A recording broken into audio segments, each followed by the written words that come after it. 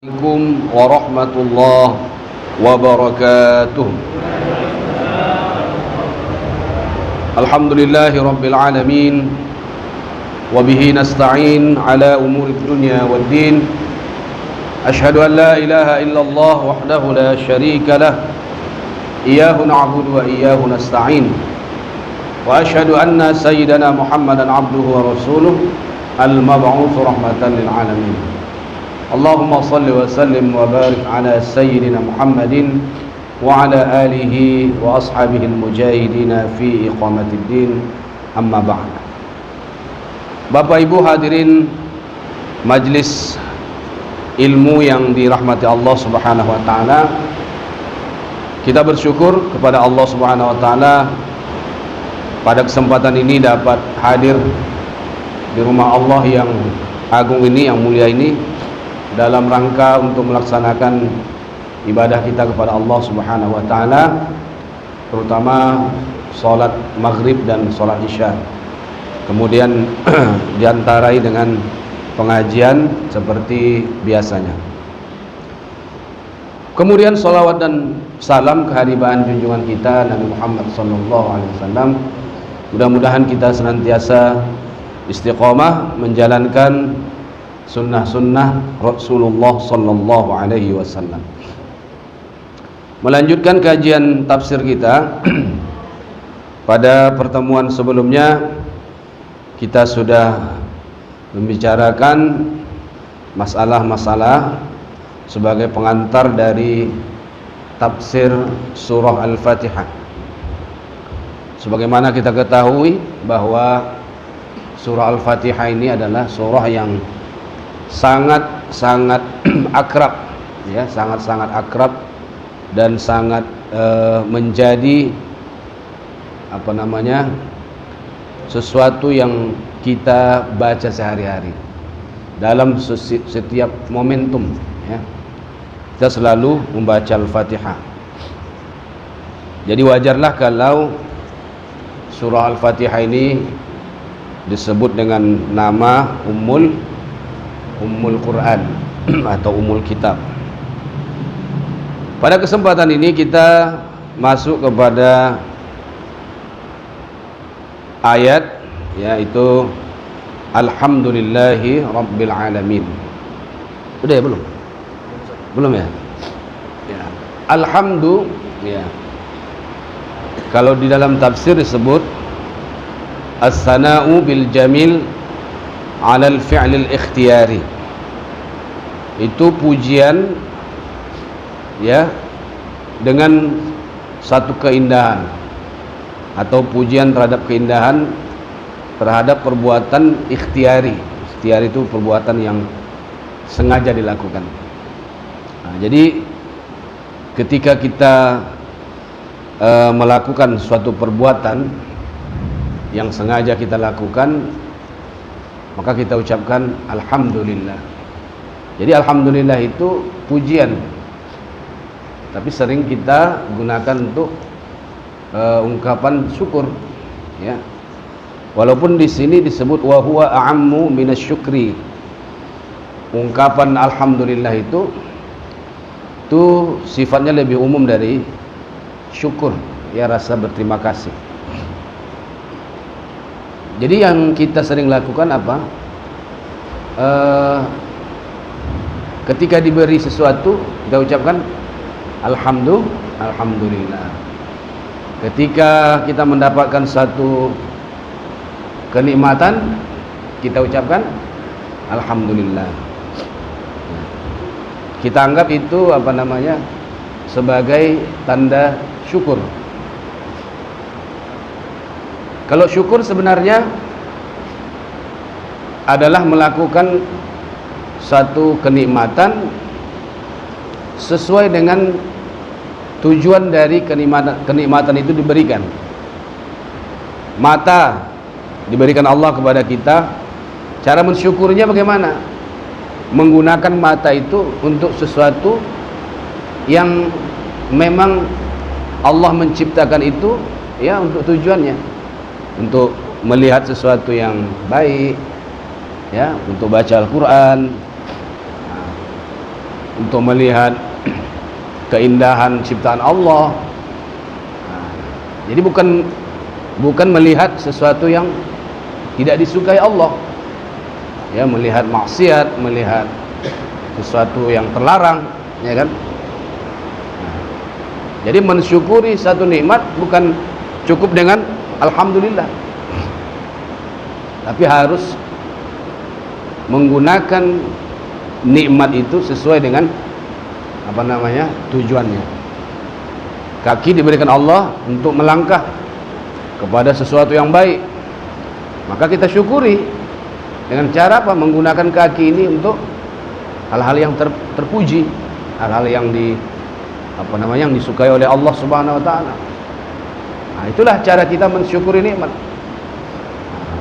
Kita punya anak, untuk apa anak itu diberikan kepada kita?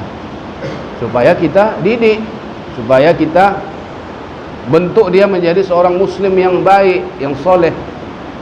Nah, itu cara mensyukurinya. Ya, banyak orang dikasih anak, banyak orang belum dikasih anak berharap anak, tapi begitu dikasih anak enggak dididik dengan baik, berarti dia kufur nikmat, dia tidak bersyukur. Jadi bukan hanya sekedar alhamdulillah, kasih anak alhamdulillah, dikasih rezeki alhamdulillah, enggak cukup begitu. Nah, jadi katanya di sini kalimat alhamdulillah itu lebih umum dari syukur. Kenapa? Lianna syukura yakunu muqabilan ni'mah. Kalau syukur itu ya ketika kita menyikapi sebuah nikmat. Jadi bukan alhamdulillah gitu. Nah, kalau alhamdulillah ini kita melakukan sebuah perbuatan yang kita sengaja, misalnya kita misalnya menulis ya, kemudian alhamdulillah selesai, berarti kita sudah tidak ada halangan untuk melakukan itu, maka kita katakan alhamdulillah. Nah, kita mau berangkat ke suatu tempat, kita naik kereta, kan itu namanya perbuatan ikhtiari, perbuatan yang memang ada usaha dari kita, bukan perbuatan yang terpaksa. Jadi ketika kita melakukan itu berhasil, kita ucapkan alhamdulillah. Nah, kita puji Allah, karena dalam rangkaian proses untuk melakukan apa yang kita rencanakan, itu semua dengan kemudahan yang diberikan oleh Allah Subhanahu wa taala. Kemudian kalimat alhamdulillah sering kita artikan apa? Segala puji bagi Allah. Alhamdulillah. Kalimat alhamdu ini ada alif lam di situ. Alif lamnya itu disebut alif lam li istighraqil jinsi, mencakup seluruh jenis. Kalau di situ berarti mencakup semua jenis puji-pujian. Maka diterjemahkanlah segala puji. Padahal di situ nggak ada kalimat segala ya. Kalau segala itu dalam bahasa Arab kullu atau jami'u, kullul hamdi atau jami'ul hamdi, semua pujian, kan gitu kan. Nah, tapi di situ nggak ada kalimat kullu, tidak ada kalimat jami', tidak ada kalimat kafah, ya. Yang ada hanya alif dan lam, alhamdu. Jadi segala puji, ya, karena mencakup seluruh puji-pujian. Lillah itu lamnya lil milki, menunjukkan kepemilikan. Jadi segala puji milik Allah. Nah, segala puji milik Allah. Jadi kita manusia ini tidak berhak untuk dipuji, ya kan? Karena pujian itu hanya milik Allah. Nah, jadi ketika kita dipuji, ucapkanlah apa? Alhamdulillah. Ya, segala puji bagi Allah. Ketika kita mentadabburi, ya, mentadabburi ayat ini, kita renungkan, kita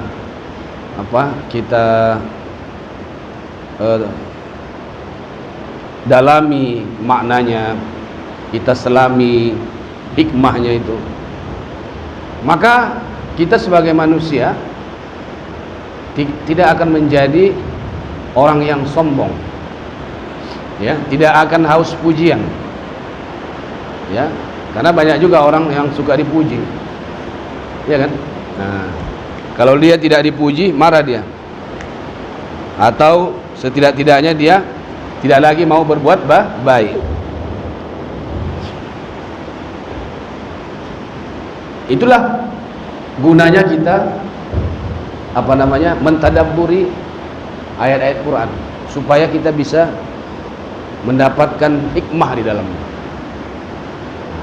Jadi alhamdulillah, segala puji bagi Allah. Tidak ada pujian bagi manusia. Kita sebagai hamba yang lemah tidak boleh berharap pujian, karena pujian hanya milik Allah Subhanahu wa ta'ala.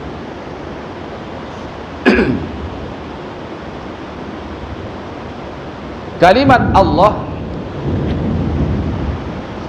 alamun ala dzatil aliyatil muqaddasah.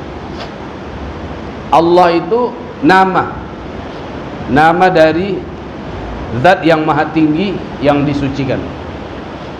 Kalau disebut zat itu bukan sesuatu yang materi, ya. Nah, beda dalam ilmu fisika, ada zat cair, ya. Zat apa lagi? Dalam fisika kan ada zat-zat itu kan. Allah itu zat, tapi dia bukan seperti yang kita pahami selama ini. Zat yang maha tinggi, yang disucikan. Jadi dia adalah nama Tuhan yang kita sembah. Maknanya apa? Apa makna Allah itu? Al-ma'budu bihaqqin.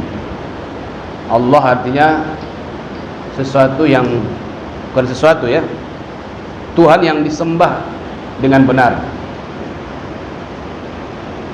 Kalau ilah la ilaha illallah. Ilah artinya apa? Tuhan. Dia al-ma'bud bihaqqin atau batil.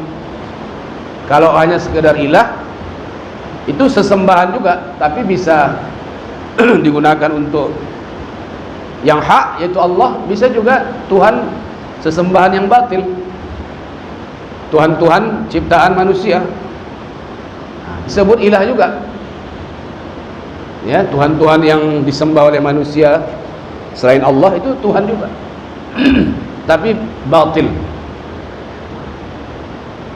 Jadi al-ma'bud bihaqqin itu siapa? Allah. Yang benar-benar yang patut disembah itu hanya Allah. La ilaha illallah, la ma'buda illallah. Tidak ada Tuhan yang disembah kecuali Allah. La ma'luha illallah, tidak ada yang dipertuhankan kecuali Allah. La muta'a illallah, tidak ada yang ditaati kecuali Allah.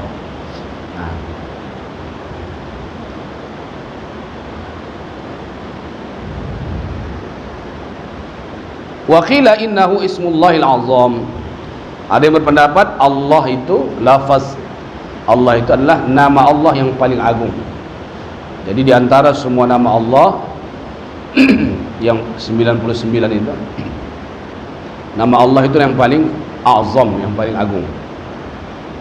Walam yatasamma Walam yutasamma bihi ghairuhu, tidak ada yang dinamakan dengan Allah selain Allah. Tidak ada makhluk yang bernama Allah, enggak ada. Jadi hanya Allah saja yang disebut Allah atau yang dinamakan dengan Allah.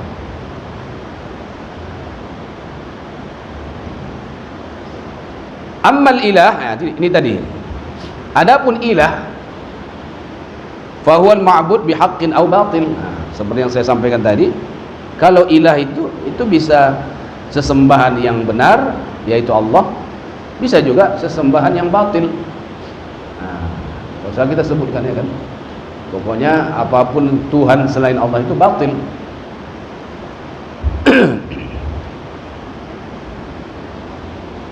Yutlaqu 'ala Allah Ta'ala wa 'ala ghairihi. Jadi bisa dipakaikan, digunakan untuk Allah dan bisa untuk yang lain.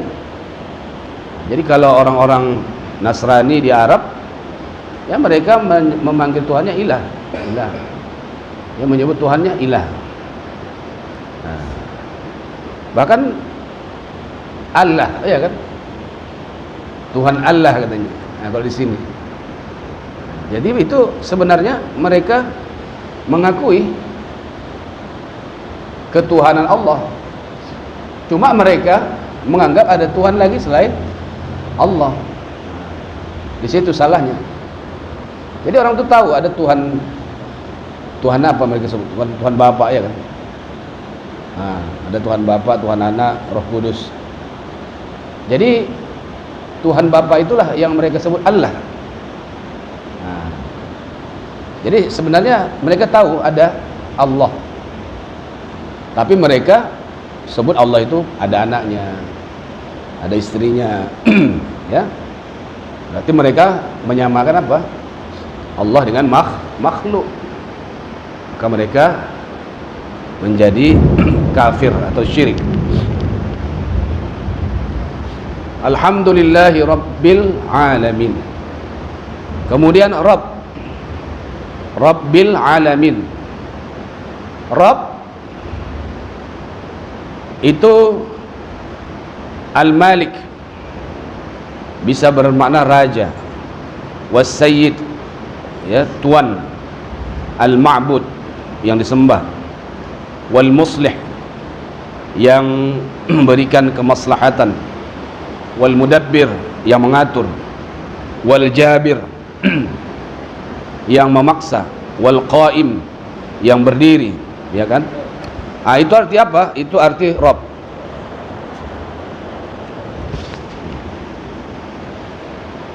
Dari sini sebagian ulama mengambil ada istilah tauhid rububiyah namanya. Kalau dari Allah tadi, ilah Allah tadi, mereka menyimpulkan ada tauhid uluhiyah. Kalau tauhid uluhiyah itu tauhid di mana kita harus meyakini satu-satunya Tuhan yang disembah, yang diibadahi adalah Allah. Tidak ada ilah kecuali Allah. Tidak ada Tuhan yang disembah, ya, yang diibadahi, yang ditaati, yang diyakini kecuali Allah. Nah, keyakinan seperti ini oleh sebagian ulama disebut tauhid uluhiyah. Dari Rabb ini ada, mereka simpulkan istilah tauhid rububiyah. Nah, diambil dari Rabb. Apa arti rububiyah? Apa arti tauhid rububiyah? Yaitu keyakinan bahwa tidak ada yang mencipta, tidak ada yang mengatur, tidak ada yang memberi rezeki, tidak ada yang menghidupkan, tidak ada yang mematikan kecuali Allah. Jadi urusan menciptakan dunia dan segala isinya hanya Allah. Yang memberikan rezeki kepada seluruh makhluk hanyalah Allah. Yang menyehatkan, yang memberikan kesehatan adalah Allah. Yang membuat sakit adalah Allah. Pokoknya yang berkaitan dengan kehidupan kita sehari-hari, yaitu tidak luput dari pengaturan Allah. Allah yang mencipta, Allah yang menentukan, Allah yang mengatur. Itu keyakinan yang disebut oleh sebagian ulama dengan istilah tauhid rububiyah. Tadi di sini disebut fihi ma'na rububiyah. Di dalam kalimat Rabb ini terkandung makna rububiyah itu tadi. Huwal khaliq, huwal mudabbir, ya kan? Dia pencipta, dia mengatur dan segala macam. Wat tarbiyah. Ar-Rabb maksudnya at-tarbiyah. Allahu Rabbi. Allah adalah Tuhanku. Maksudnya apa? Huwa murabbi. Dialah yang mengaturku. Murabbi, ada istilah murabbi, ada istilah muallim, ada istilah mudarris, ya kan, dalam ilmu pendidikan. Kalau muallim, dia mengajar saja, tapi tidak mengawasi, tidak mengevaluasi. Kayak di sekolah, guru kan hanya mengajar. Apa kemudian si murid itu paham atau melaksanakan apa yang diajarkannya atau tidak, dia nggak ada evaluasi. Itu hanya sekedar guru, mudarris atau muallim. Tapi kalau orang yang mengajari murid, mendidik anak didiknya, tapi kemudian dia evaluasi, dibuat catatan-catatan, sholatnya bagaimana setiap hari, kemudian baca Qurannya bagaimana, kemudian pemahamannya terhadap apa yang diajarkan sejauh mana. Itu namanya apa? Murabbi. Jadi murabbi itu tidak hanya sekedar menyampaikan ilmu, tapi mengevaluasi apakah orang yang ditarbiyahnya itu sudah benar-benar menjalankan apa yang diajarkannya. Jadi kalimat tarbiyah itu salah satu makna dari Rabb. Jadi tarbiyah itu apa? Misalnya ini,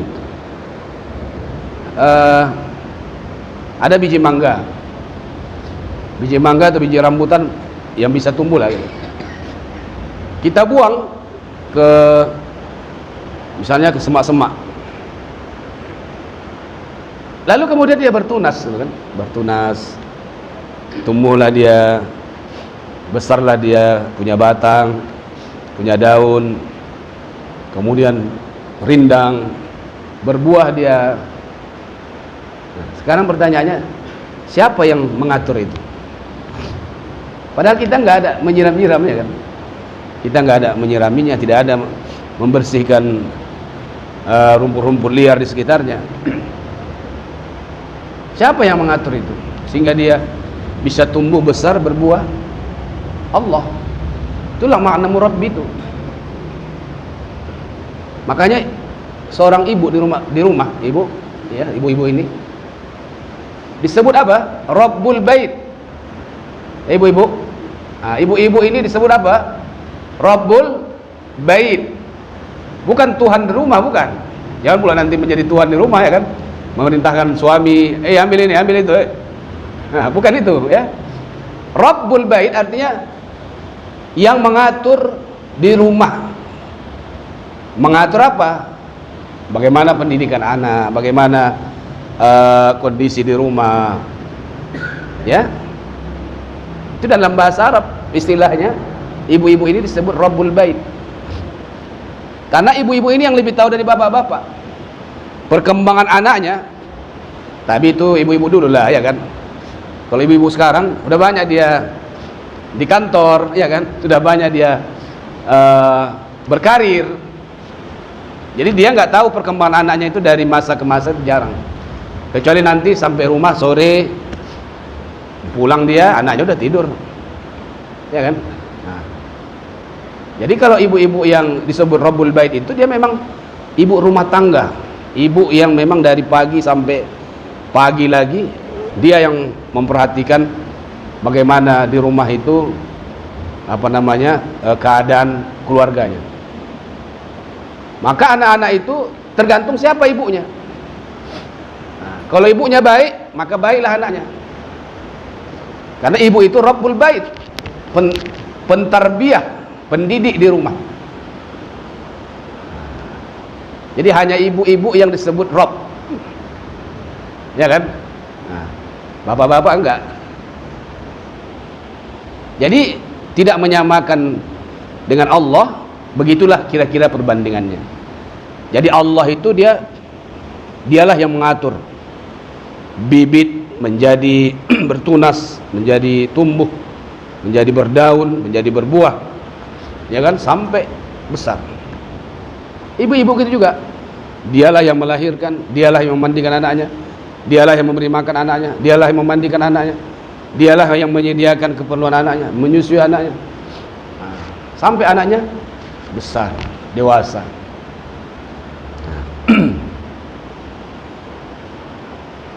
Jadi Allah Rabb, Allah Ilah, Allah Rabb. Allah sebagai Ilah, dia Tuhan sesembahan kita, Al-Ma'bud bihaqqin, Allah Ilah. Rabb, Allah sebagai Rabb, Allah yang menciptakan kita, Allah yang mengatur kita. Maka kalau kita dalam perjalanan hidup kita menganggap ada yang sama dengan Allah, bisa memberi keselamatan kepada kita, bisa memberikan hidup sama kita, bisa menciptakan kebaikan kepada kita, itulah yang disebut syirik itu. Syirik apa artinya? Menyekutukan Allah. Sepatutnya Allah saja yang kita anggap mengatur dunia ini, tapi kita sebut ada Tuhan apa? Kalau agama Hindu itu bukan, itu lain. Ada Tuhan, pokoknya mereka itu masing-masing adalah tugasnya gitu kan. Ada Tuhan ini, ada Tuhan itu, ya kan. Nah, kita enggak. Tuhan itu hanya Allah. Ya. Jadi tidak ada Tuhan misalnya untuk menumbuhkan padi, Dewi Sri, ya kalau dalam istilah orang Jawa, kejawen. Dewi itu perempuan, dewa laki-laki. Jadi kalau Tuhan perempuan, Dewi. Nah, kalau di India, Devi, ya kan? Jadi Dewi, dewa, deva. Nah, jadi dewa itu deva, Tuhan laki-laki. Nah, jadi orang yang meyakini ada dewa, dewa ini, dewa itu, nah, itu dia menganggap bahwa ada yang mengatur selain Allah. Maka mereka lah disebut musyrik. Orang musyrik, orang yang mensyarikatkan Allah dengan makhluk.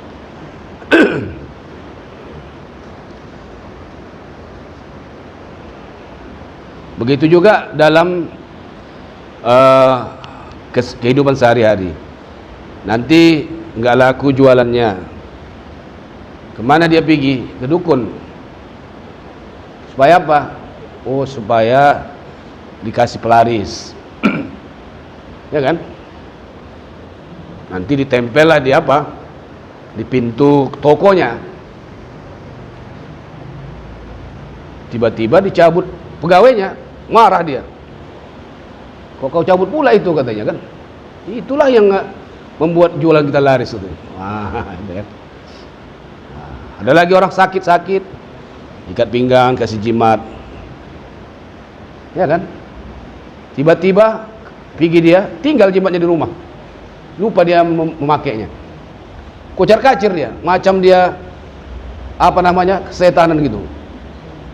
Takut dia perjalanannya itu mengalami kecelakaan, karena jimat di pinggang tadi tinggal. Karena itulah dianggapnya bisa menyelamatkan dia.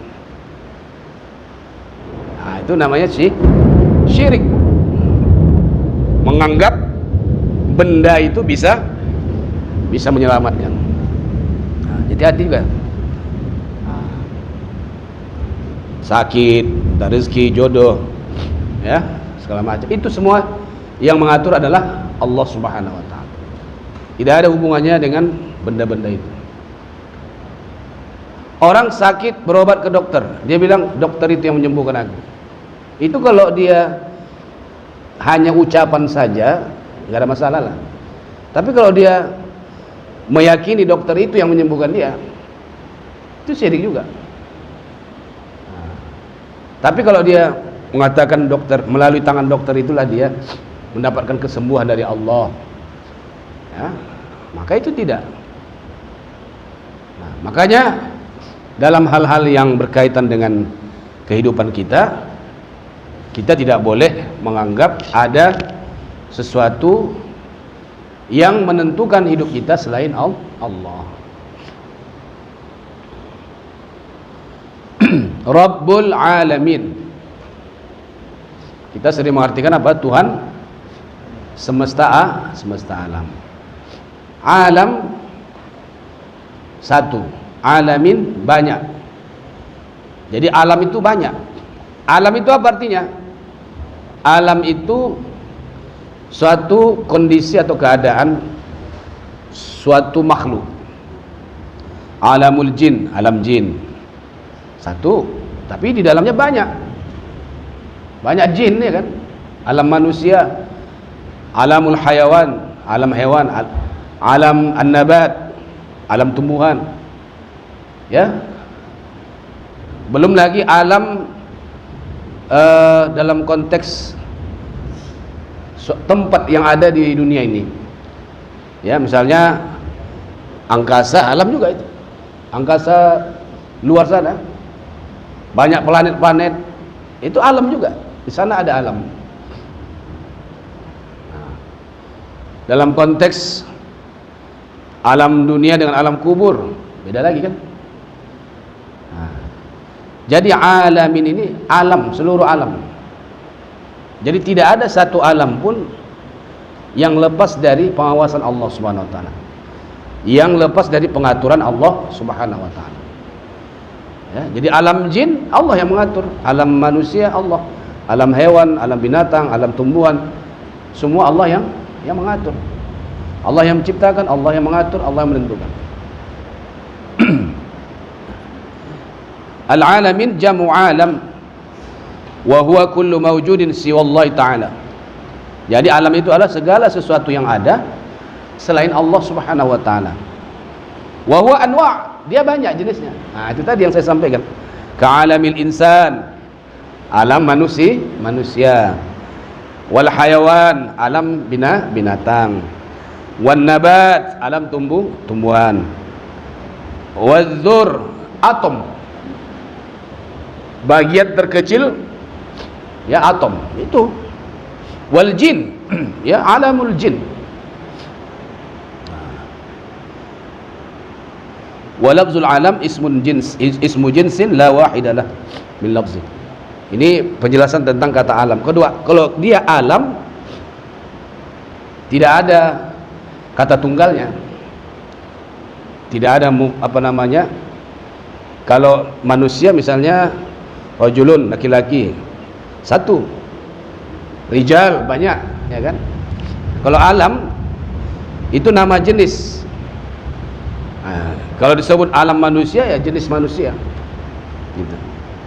Nah, jadi intinya adalah dari ayat alhamdulillahirabbil alamin ini kita bisa mentadabburi bahwa Allah Subhanahu wa taala itu patutlah dia kita puji, ya, karena tidak bisa kita hitung nikmat yang diberikan oleh Allah Subhanahu wa taala.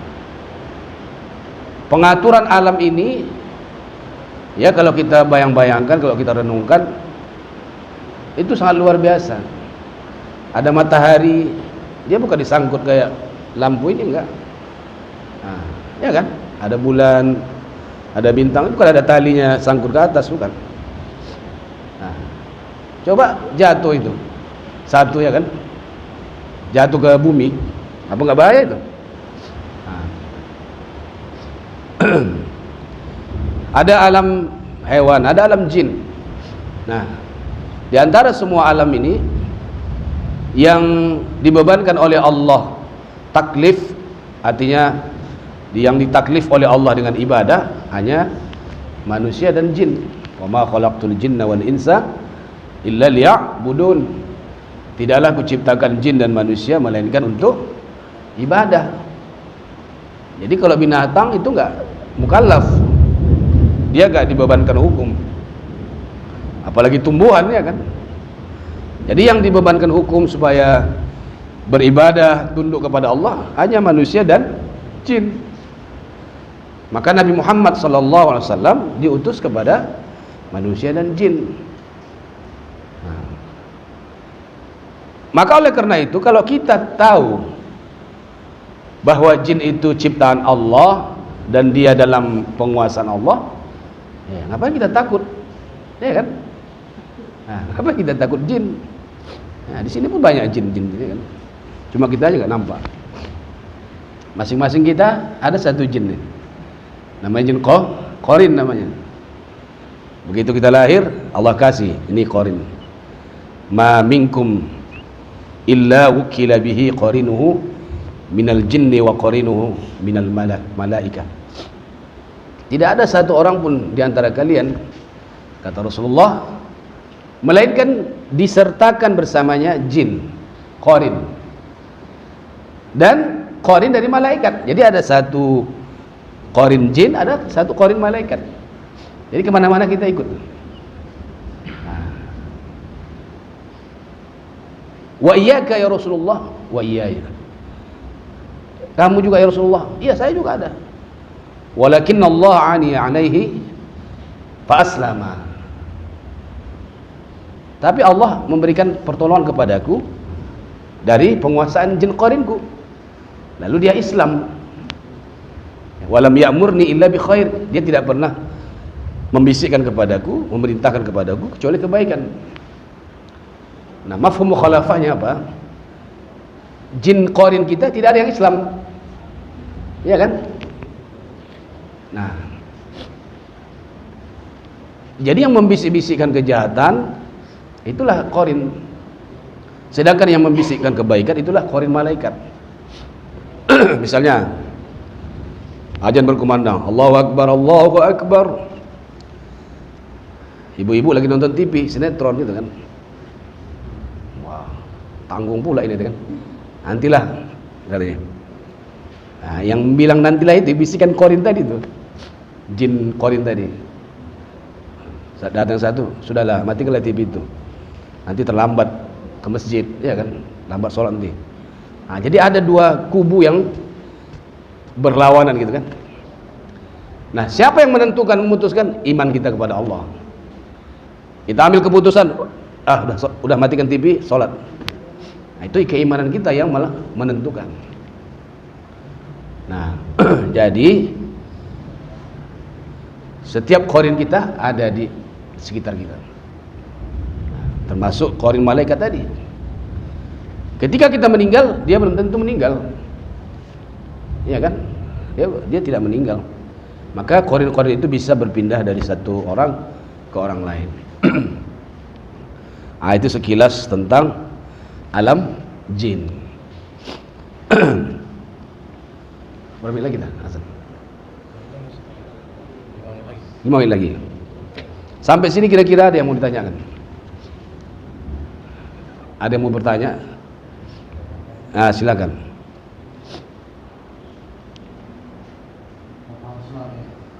Hah? Udah paham semua namanya. Udah paham semua ya. Nah. Jadi segala puji bagi Allah. Dari ayat ini kita memahamkan pada diri kita masing-masing bahwa tugas kita di dunia ini hanya berbuat, beramal. Tidak perlu kepada pujian. bapak mencari nafkah halal untuk anak istri, ibu di rumah mendidik anak supaya anak jadi orang baik, seorang mahasiswa, seorang pelajar belajar dia dengan tulus ikhlas, dengan dengan semangat. Itu semata-mata untuk mendapatkan ridho Allah, bukan untuk mendapatkan pujian. Karena kita sadar bahwa semua pujian adalah milik Allah. Jadi dari ayat pertama ini kita banyak mendapatkan pelajaran bahwa di dalam hidup kita ini kita ditentukan oleh Allah, bukan ditentukan oleh manusia atau siapapun.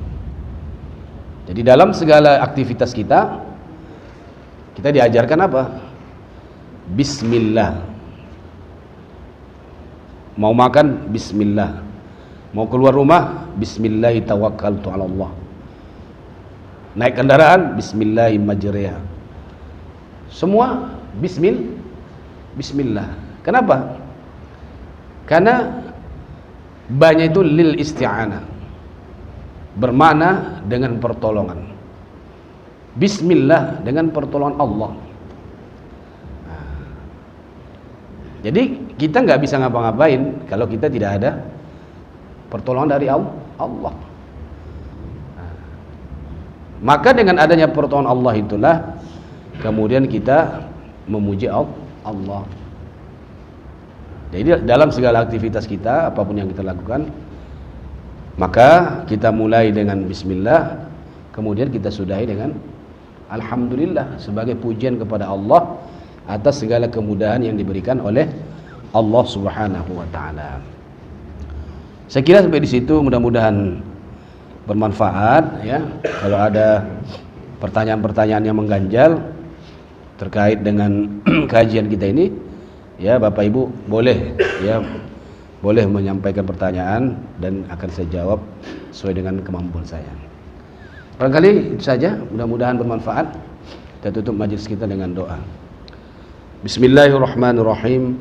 Alhamdulillahi rabbil alamin. Wassalatu wassalamu ala asyrafil anbiya'i wal mursalin wa ala alihi wa sahbihi ajma'in. Allahumma ighfir lana dhunubana wa liwalidayna warhamhuma kama rabbayana as-saghira wa li abaina wa li ummahatina wa li ajdadina wa li jaddatina wa li masyayikhina wa li muallimina wa li asatizina wa li sairil muslimina wal muslimat bi rahmatika ya arhamar rahimin. Allahumma anzil ar-rahmah wal maghfirah was sihhata wal afiyata alaina wa ala jami'il muslimina wal muslimat bi rahmatika ya arhamar rahimin. Allahumma ij'al jam'ana hadha jam'an marhuma wa tafarruqana min ba'dihi tafarruqan ma'suma. Rabbana taqabbal minna innaka antas samiul alim wa tub 'alaina innaka antat tawwabur rahim. Rabbana atina fid dunya hasanah wa fil akhirati hasanatan wa qina 'adzaban nar. Wa sallallahu ala sayyidina wa maulana Muhammad wa ala alihi wa sahbihi ajma'in. Subhana rabbika rabbil izzati amma yasifun wa salamun alal mursalin walhamdulillahi rabbil alamin. Assalamualaikum warahmatullahi wabarakatuh.